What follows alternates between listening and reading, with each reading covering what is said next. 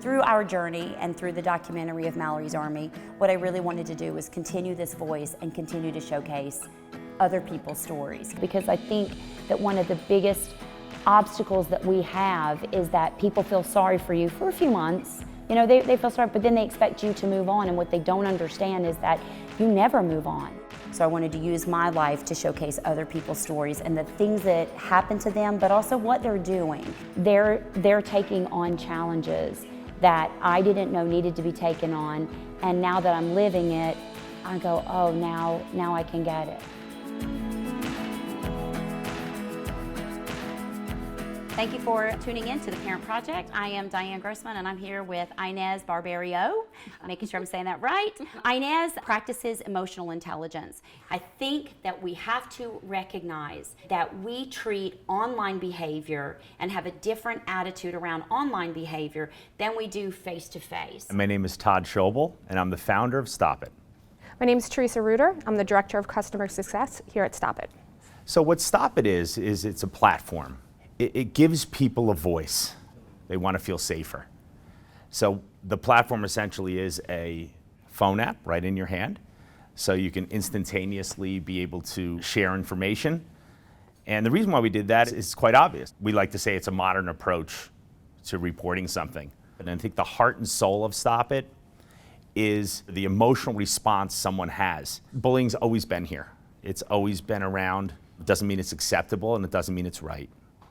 But once we started with these phones, it's become an epidemic, and people kind of pile on, and they add more comments, and they say keyboard courage, often people say, and it's so true. Mm-hmm. It is much easier to be softer with our words and be respectful with our words when I have to look you in the face. You're not staring someone in the face and hearing or seeing what you're saying to someone and seeing that reaction, well then more people will chime in and get involved, and it's having devastating effects. And today we want to talk about what's going on with our kids from a mental health perspective and what we can be doing to bring resilient behavior into our lives. So Inez, tell us a little bit about yourself and what you do. Well, thank you, Diane. I appreciate you having me and trusting in me. Of course. Because this is a really important topic, I think, to have. You know, I've been teaching emotional intelligence for the last 4 years, which is basically just teaching others how to have an awareness of themselves, awareness of everybody else, their children, their family, their peers, and to learn how to manage those emotions as well. Mm-hmm. And I think it's a really important time that we learn these skill sets, because unfortunately, it's not being taught enough. I know some schools are dabbing into it, but it's a really important skill set to have now based on what's happening with depression, anxiety, fear. And these are skill sets that we can learn to help deal and manage these emotions in a healthy manner. You know, I always say inspiration drives vision. Fuel it with passion, and anything is possible. So I was driving in my car. I heard a story on the radio, and it was about a young girl who was tormented online, bullied in person, sexually exploited online. And this went on for a period of 2 years. Her name was Amanda Todd. She took her life. She saw no other path. She fought for 2 years. So I heard this story on the radio, and I immediately thought to myself, my gosh, I have 3 young children at that time. And I've never heard of this cyberbullying thing. I've heard of bullying. And it frightened me because I would like schools, I'd like people to discuss this more and share with the schools to say, if your kids are on phones, be aware that some bad things can go on, get involved. With what's happening in the world today, especially with everybody with the virtual learning, and our kids are spending so much more time on social media than they already are. Mm-hmm. What's really concerning to me is how they are so desensitized by the negative comments. You know, we see it with the memes, we see it with like the passive aggressive statements, and just downright mean statements. What is the best way to get involved and help? And it was the kids. They're the eyes and ears of what's going on. They know what's going on. The administrators and teachers also know what's going on. But everyone kind of stays in their line, in their shell. They don't want to be called a snitch. Fear of retribution. First of all, no reason to direct people into another place. Everyone's holding their phones in their hands. Everyone's using apps and social media. So just give them a really, really easy way to collect evidence, take a screenshot, or simply say a text and say, you know, Mary Smith, she needs your help. And be able to hit a button and have that literally in real time go off to the school administrators just so they're aware of what's going on. Give them a window into the students' world that they don't see. Let the students do it, give them an anonymous way to do it so they felt safe and secure, deliver that information in real time to the administrators or to the people that can help them, and then go in and start getting people the help they need. And I'm hearing more and more children say, but that's just how kids talk. Oh, they're just joking. They're not being serious.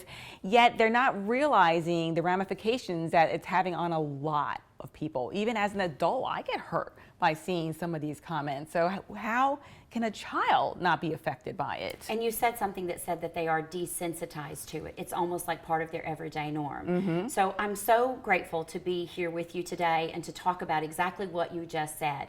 The desensitized attitude that our children have. I think we are ignoring the mental health crisis that our children could be experiencing. When I was in California, I met with a talk show style host. His name is Kyle, and he shared with me that he posted a YouTube video. He talked about in his YouTube video that someone posted negative comments, and it really hurt him. And after stewing over it just a little bit, he went to send her a message and say, you know, like, why are you so mean? And the response was, I think, the true reason why we need to have this conversation today. Her response was that I didn't think I was that mean to you based on internet standards. So as an adult, she was able to put into words that she didn't think she was being that cruel based on internet standards. Yeah. Imagine what that is for our children. Tomorrow's always a new day, and the young minds are immature. They don't realize that a month from now things are different. A year from now the world is completely different for them. I just shared that I got a message yesterday from a parent that on a young man's TikTok, he posted, if I had a nickel for every time I told a girl in my school that she should kill herself. Bragging. Yeah. This was an advertising of bragging. Why don't you explain what is emotional intelligence? So put very simply, emotional intelligence is just learning how to be aware of your own feelings, other people's feelings, and learning how to manage those feelings and giving out empathy, compassion to other people. While we're born with love, when we grow up, we're taught to hate. We're taught to make negative comments. We're taught to have fears. And so through studying and practicing emotional intelligence, we're giving our children and ourselves those skill sets to be able to manage our emotions in a healthy way and let somebody know how you're feeling as opposed to attacking and reacting to somebody else. So it's a skill set. Absolutely. Because a lot of parents that come to our Mallory's Army presentation, we talk Yeah. a lot about resilience. And the reason why I want to touch on this and see how it fits into emotional intelligence and being such a big part of it is we talk about resilience. For me is our experience through life that teaches us how to overcome certain things in our life. Right. A lot of times schools will say, students feel comfortable coming to us, right? They have something wrong, they come in, they talk to the guidance counselor, they talk to us, it's working. There's a lot of students that don't feel comfortable having that one-on-one conversation, and there's not another way for them to have that. Maybe they don't want to have a personal conversation with a friend or with their parent, or especially with a guidance counselor or a principal. This is a way for them to sit at home, type it out, because with social media, we're typing everything, we're using text messages. It's an easy way to convey how you're feeling and send it out and kind of put that soft feeler out to say, hey, is someone there? Because then the administrator can reply back and say, I'm here, and maybe they just start a conversation. So it's let me put it out, it's kind of a soft feeler, will someone help me? And then immediately when they get that response back, it's, oh, there is someone there. So it's a big difference. No. Socialization has slowly been ticking away from our school system. And it's not the same as recess, because recess ends in 5th grade. Yep. I remember having recess in 6th, 7th, and 8th grade. We would go Right. out into the big playground area, and it was only middle school, but it was a big open field. Yeah. And of course, we would cluster together with our little groups or whatever. Yeah. But we were outside. We were learning to navigate, socializing. The boys would always accidentally kick the ball over to the girls so that they would have an excuse to come over and break up our circle. We would always pretend to be offended that they did so.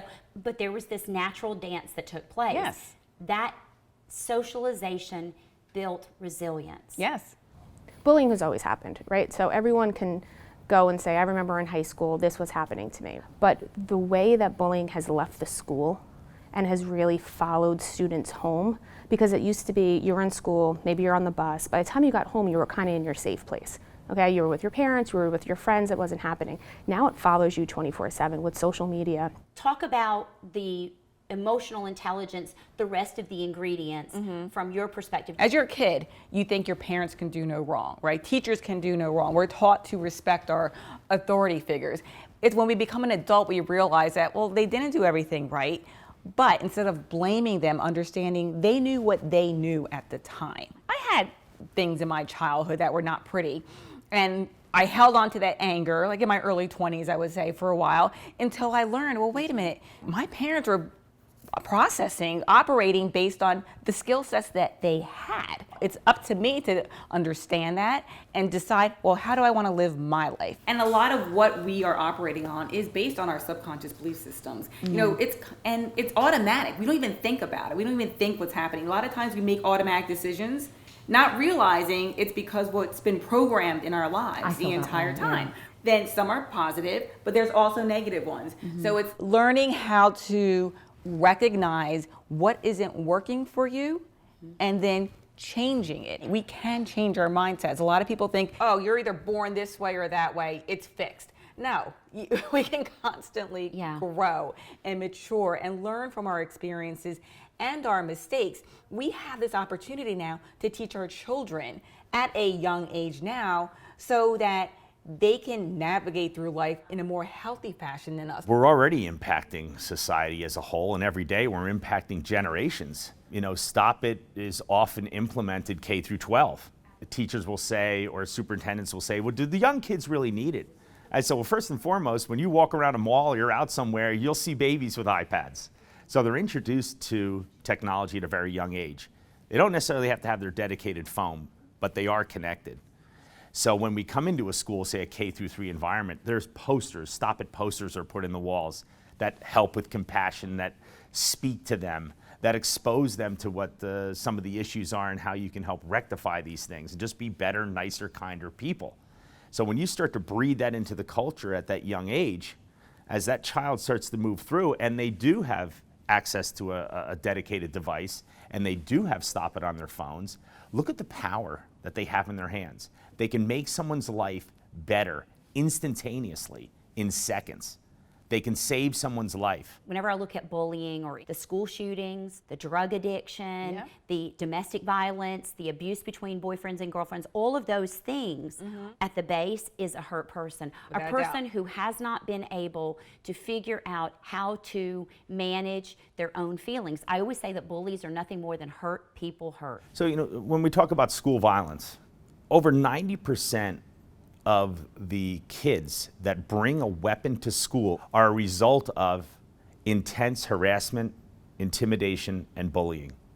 Physical bullying, having things taken from them, cyberbullying. Well, what happens is we've seen, and again, unfortunately, that kids are taking their lives. They don't see a way out. They fear talking to somebody. They don't know who to talk to.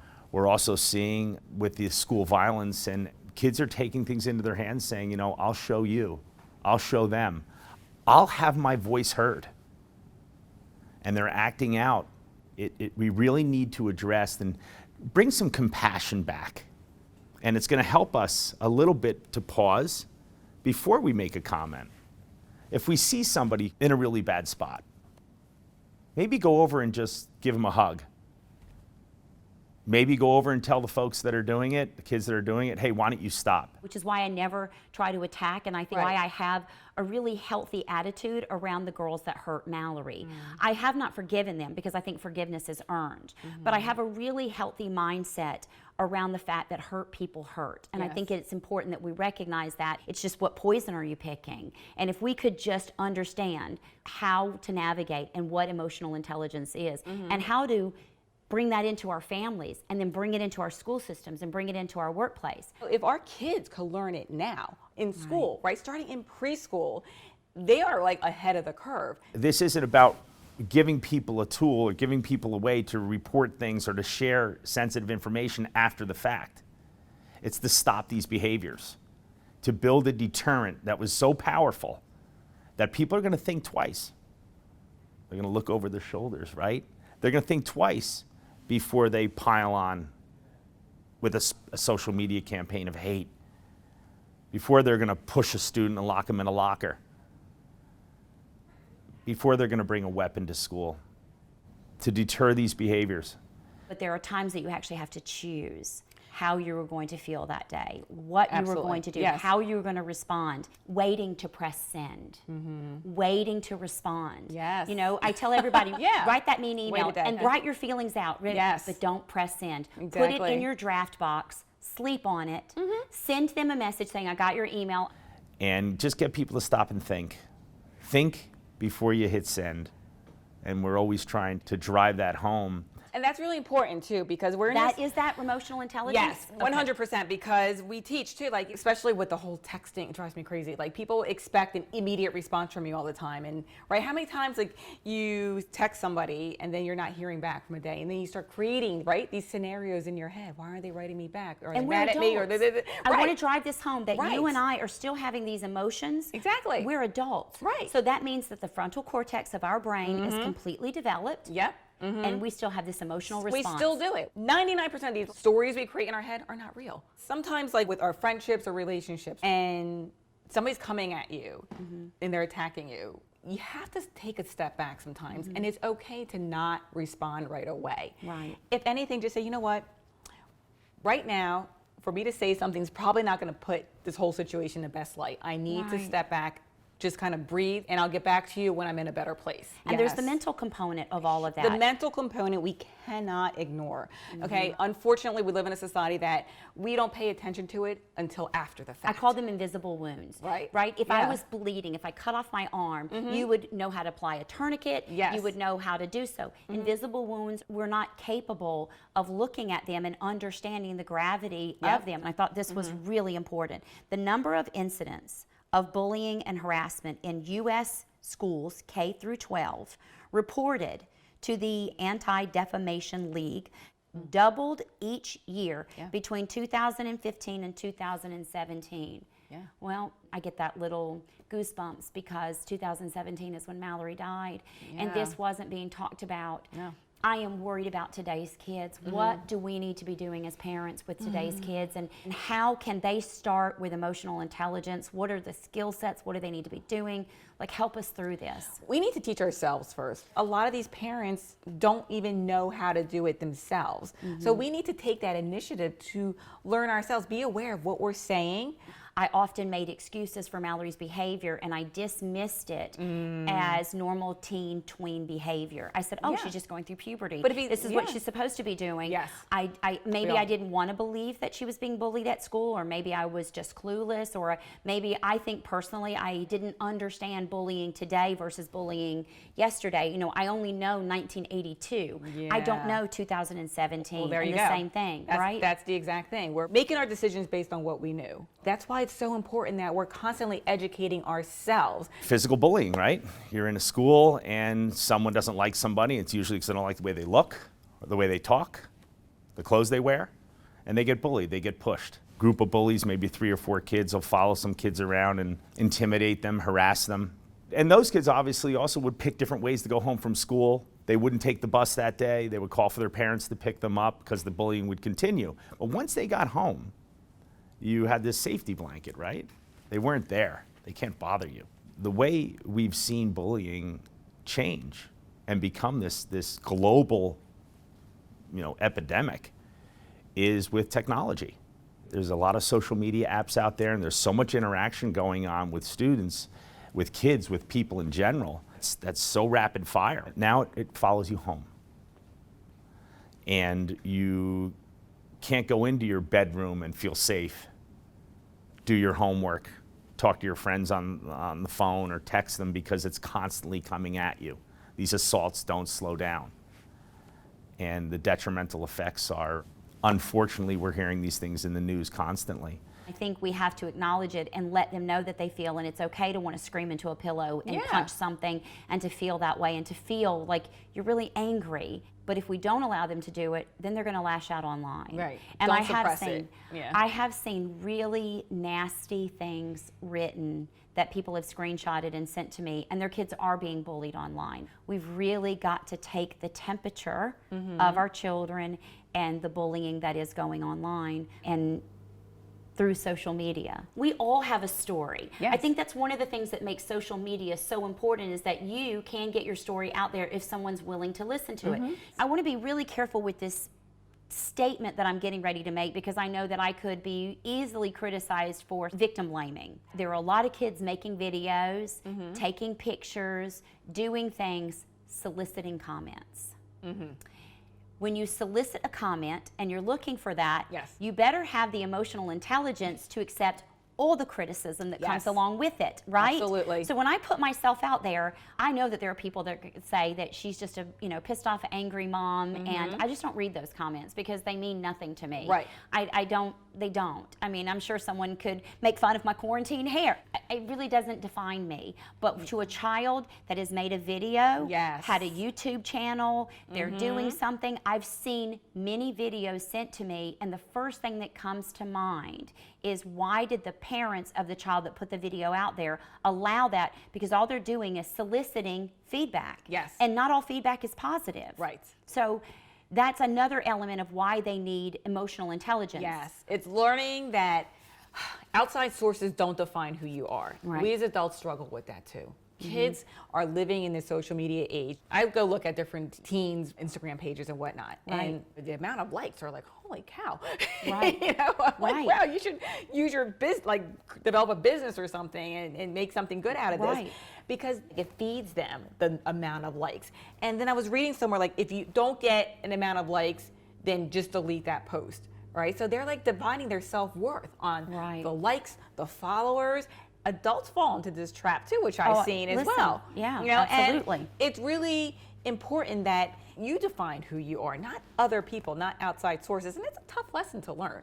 Because I know that when I get a negative feedback off a presentation I do, it stings at first. You're like, oh my God, but I put so much work into that. And how come they didn't like it? They just didn't get me, whatever. However, I've learned to change my thinking. First of all, not focus on that one negative out of the 100 positives, but then also learn from it. It's like, okay. Maybe they have a valid point. Right. Maybe there's something that I can take out of this to improve it for my next presentation. I always say there's a difference between feedback that can be respectful and you can learn Yes. from it, and then there's hate speech. Yes. Yeah, I was reading an article once that was written about me, and someone wrote underneath that you should go join your daughter. You should kill yourself That's too. And I not- yeah. thought, that's hate speech. Yes. But when someone gives you Identify corrective with- criticism, but again, Yes. we're adults. Yes. Kids don't know the difference. I want to caution parents, your children are soliciting feedback and comments, and then if it's all negative, Yes. what is that doing to their self-esteem? Yeah. You can put a post up of a picture of your dog, and then there could be 1,000 mean comments. And that really impacts you, whether you want to read them or you don't. You start getting into that hole. So it's whether it's at school, whether it's outside of school, whether it's in the comfort and the safety of your own home, that attack can come at all times, and you never know how someone's going to react to that. So maybe you can just be that person to brush it off, but maybe just one mean comment can really send you into, a hole that you don't know how to get out of. So I feel like it just follows you a lot more, and it really stays with you everywhere that you are. You have to work with them on that, and it takes Yeah. time, and everybody wants this instant fix. I get phone calls saying, my child's going through this, tell me how to fix it. You're not going to fix it overnight. We need to understand that with our children. They just figured this is the way it is. Right. And an example, going back to the whole social media, in New York, there's this one store where there's like a pinball machine, and I'm really good at pinball.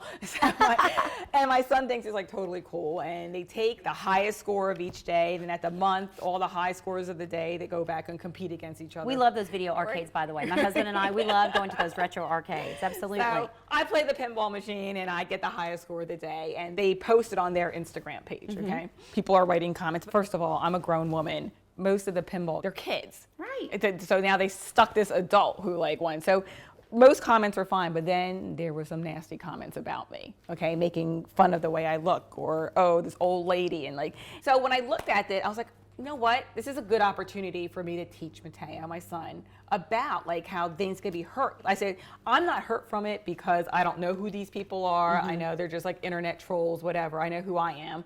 But let me just show it to him. So I showed him the comments. I'm like, these are some of the comments that, you know, people wrote about mommy. It's really important though that if it wasn't me, somebody else could really be hurt by this and take it and destroy their day and do things.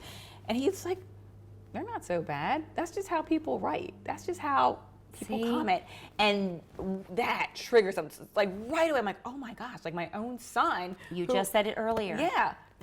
They are conditioned. He's conditioned. And I had to explain to him, like, no, this isn't okay. You can't think that this is just a norm. I'm like, and I really hope you're not writing things like this. He's like, no. He goes, but I see it all the time. Any parent, go, not just your own kids, go explore their friends' pages. A lot of them are public, which I'm shocked that they are. But that's a really good point. Yeah. Not only look at your kids' pages, but take the time to explore. Look at their followers. See who they're following. Typically, if you're getting bullied in school, maybe it's in that one class, or maybe it's in the cafeteria, or maybe it's within that group of friends, and it can kind of stay in a small circle. So now it's not just in your circle or in your school. It could be in your community. It could be worldwide. It could be one post as easy as something goes viral now that someone puts out that there's comments on, and it can go everywhere. So not really realizing the impact that social media may have on an individual student. So maybe they only have,